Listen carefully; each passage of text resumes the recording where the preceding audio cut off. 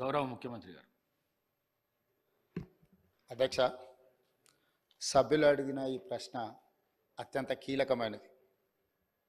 తెలంగాణ రాష్ట్రం అభివృద్ధి చెందిందా లేదా అనేది మనం చర్చించుకోవాలనుకుంటే తెలంగాణ రాష్ట్రంలో ఉన్న గిరిజనుల నివాస ప్రాంతాలకు రవాణా సౌకర్యము, తాగునీటి సమస్య పరిష్కారము, పిల్లలు చదువుకోవడానికి పాఠశాలలు ఏర్పాటు చేసినప్పుడే నిజమైన తెలంగాణ రాష్ట్రం యొక్క ఉద్దేశము నెరవేరినట్టు.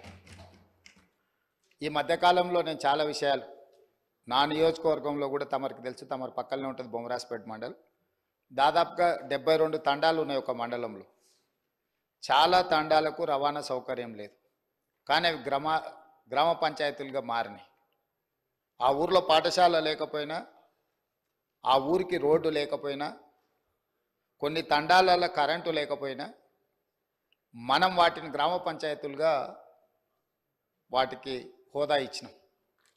అందుకే ఈ ప్రభుత్వం నిశితంగా గమనించి ఈ తెలంగాణ రాష్ట్రంలో ఉన్న అన్ని తండాలలో గ్రామ పంచాయతీలుగా రూపాంతరం చెందిన, గతంలోనే గ్రామ పంచాయతీలుగా ఉన్న తండాలకు ఖచ్చితంగా తండాల నుంచి మండల కేంద్రానికి 100% బీటీ రోడ్డు వెయ్యాలి అని మా ప్రభుత్వం నిర్ణయం తీసుకున్నది.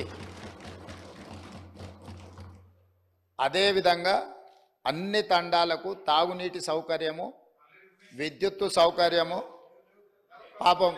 పాపం మంత్రి గారు, మాజీ మంత్రి గారు గతంలో వాళ్ళ నాయకుడు చెప్పిన అబద్ధాలనే ఇంకా బతుకుతున్నట్టున్నాడు.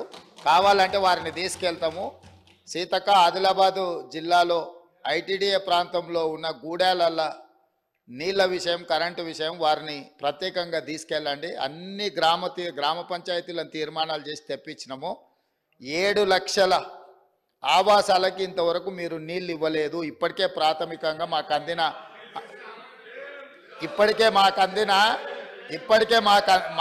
అందిన సమాచారము. కాబట్టి అధికారిక లెక్కలు మీకు ఇస్తాము. ఎందుకంటే మీరు తప్పులు చేసి ఆ చేసిన తప్పులను ప్రజలు గుర్తించి ప్రజల్ని మిమ్మల్ని శిక్షించినా కూడా మీరు మారడం లేదు. సో ఆ దేవుడు మీకు ఒక మంచి ఆలోచనను కలిగించాలని మేము కోరగలం, ప్రార్థన చేయగలం. ఈ పక్క నుంచి ఇంకా మేము చేయగలిగింది ఏముంది అధ్యక్ష?